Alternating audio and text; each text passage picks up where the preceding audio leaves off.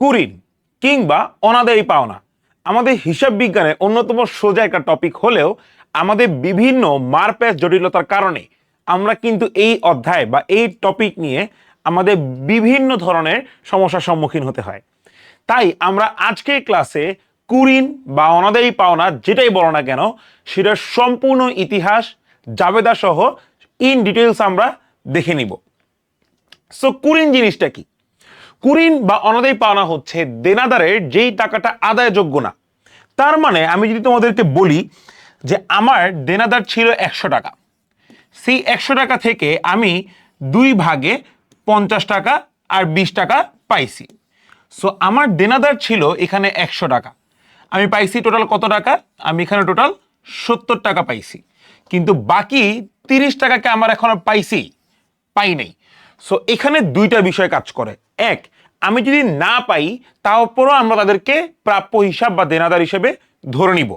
কিন্তু কখনো যদি দেনাদার অপারগতা জানায় যে আচ্ছা আমি টাকাটা দিতে পারবো না, এটা সে মুখে বলে, অর্থাৎ আমি তার কাছ থেকে টাকা পাওয়ার আর কোনো আশা থাকবে না, ঠিক সেই সময় আমি এই 30 টাকাটাকে প্রাপ্য হিসাবের জায়গা থেকে বাদ দিয়ে আমরা তখন কুরিন অংশে নিয়ে আসি। তো কুরিন হচ্ছে এমন একটা খরচ যে খরচটা খুবই আনএক্সপেক্টেড, এবং আমার দেনাদারে যখন টাকাটা দেয় না তখন এই টাকায় ভর্তুকি বলো কিংবা এই টাকাটা আসলে কোম্পানি বহন করতে হয়। সো দেনাদারের সংজ্ঞাটা এখানে দেওয়া আছে যে প্রাপ্য হিসাবে কোনো অংশ আদায়ের অযোগ্য হয়ে গেলে সেই অংশটুকে কুরিন কিংবা অনাদায় হিসাব বা অনাদায়ী পাওনা বলে। দেনাদার বা প্রাপ্য হিসাবে যতটুকু অংশ অনাদেয় হয় ততটুকু অংশকে কুরিন হিসেবে লিপিবদ্ধ করতে হয়। তার মানে দেনাদার এখানে 100 টাকা ছিল, এই 100 টাকা দেনাদারের আমার যতটুকু অংশ অনাদেয় মানে কি? যেটা আমার কখনো পরিশোধ হবে না, যে অংশটা কখনো দেনাদার আমাকে দিবে না, সেই অংশটুকুকে আমরা কুরিন, তার মানে আমি 30 টাকাটাকে কুরিন হিসেবে আমি রিপ্রেজেন্ট করতেছি। এখন এই কুরিন নিয়ে আসলে আমরা এখন কুরিনটাকে প্রতিষ্ঠানে কিভাবে দেখাবো, বা প্রতিষ্ঠানে আমি এটাকে খরচ হিসেবে দেখাবো নাকি মালিকানা সত্ত্বে নাকি সম্পদ নাকি দায়, কোন হিসেবে দেখাবো, এইটা হচ্ছে সবচেয়ে বড় বিষয়। কারণ কুরিনের ওপর কোন পদ্ধতিতে আমি দেখাবো সেটার ওপর নির্ভর করবে আমার জাবেদা, সেটার উপর নির্ভর করবে আমি এটা অঙ্কটা ফার্দার কিভাবে আগাবো। সো কুরিনের এটা দুইটা পদ্ধতি রয়েছে। সাধারণত দুইটা পদ্ধতিতে কুরিনটা লিপিবদ্ধ করা হয় আমাদের হিসাবে। একটা হচ্ছে সরাসরি অবলোপন পদ্ধতি, আর একটা হচ্ছে সঞ্চিতি বা বরাদ্দ পদ্ধতি। সো সরাসরি পদ্ধতি জিনিসটা কি? It is as simple as that. সরাসরি পদ্ধতি জিনিসটা হচ্ছে, মনে করো ভাই তোমার খুব সুন্দর হিসাব চলতেছে, তুমি খুব সুন্দর করে প্রতিষ্ঠান চালাইতেছো, তোমার 100 টাকা দেনাদার আছে, তুমি দেনাদারের চিন্তা করতেছো দেনাদার তোমাকে টাকা দিয়ে দিবে। সো তুমি এই 100 টাকা থেকে 30 টাকা প্রাপ্য হিসাবে পাইছো, ফাইন, বাকি রইল কত? আরো 70 টাকা। এরপর তোমাকে এখান থেকে সে আরো মনে করো 50 টাকা দিল, তাই তুমি অলরেডি 80 টাকা পেয়ে গেছো। কিন্তু হুট করে সে তোমাকে বলল যে আমি আপনাকে 20 টাকা দিব না, আমি আপনাকে কয় টাকা দিব না, আমি আপনাকে 20 টাকা দিব না, এই 20 টাকা দেওয়ার আমার সামর্থ্য নাই। দ্যাট ইজ আমাদের কুরিন বা অনাদায়ী পাওনা। এখন আমি কি এটার জন্য প্রিপেয়ার্ড ছিলাম?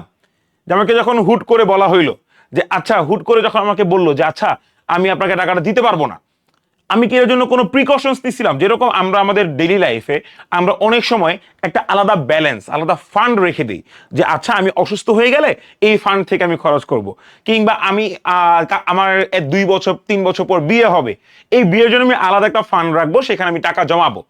সো এরকম অনেক সময় আমরা ফান্ড বা আমাদের অ্যাকাউন্টিং এর ভাষায় সঞ্চিতি রেখে দিই।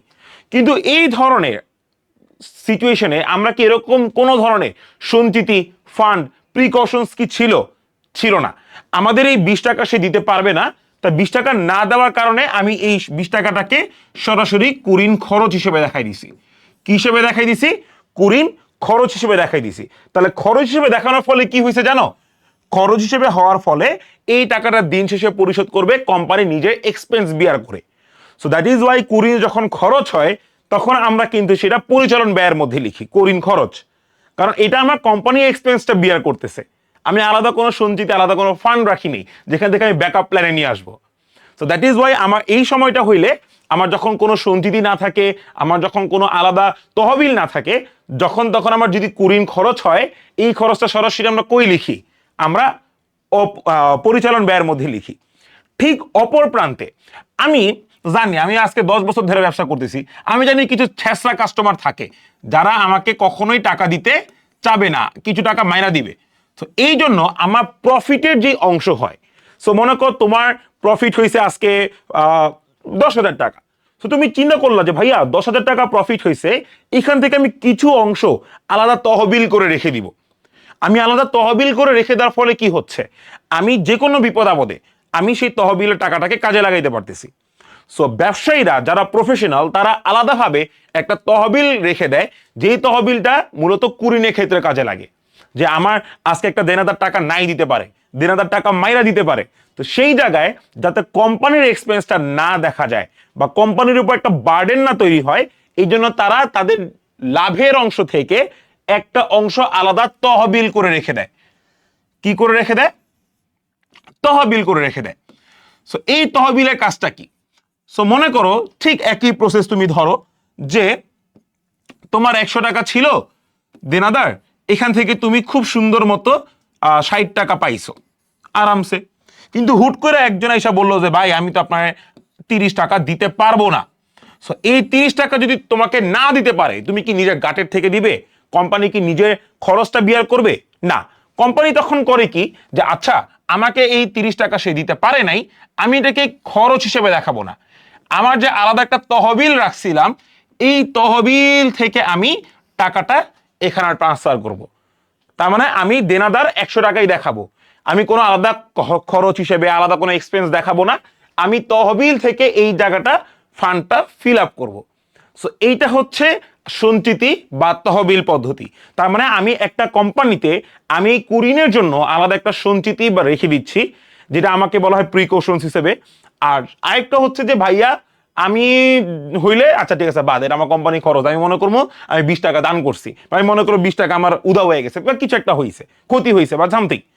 আমি এই একটা জায়গায় হচ্ছে সরাসরি পদ্ধতি, যেই জায়গায় আমাদের কোম্পানির 20 টাকাটা তারা খরচ হিসেবে দেখাচ্ছে। আরেকটা হচ্ছে সঞ্চিতি পদ্ধতি, যেটা কুরিন সঞ্চিতি, আমাদের তহবিল থেকে, মালিকানা তহবিল থেকে টাকাটাকে আমি এখানে দিয়ে দিচ্ছি। সো আমরা এই ভিডিওতে একদম কুরিনের বেসিক জিনিসপাতি জানলাম এই শর্ট ভিডিওতে, যে আমাদের কুরিনটা কিভাবে ওয়ার্কআউট করে। সো আমরা পরবর্তী ভিডিওতে জানবো যে এই সরাসরি পদ্ধতি কুরিন হইলে সেটা জাবেদা কি হবে, আর সঞ্চিতি পদ্ধতি হইলে সেটা জাবেদা কি হবে।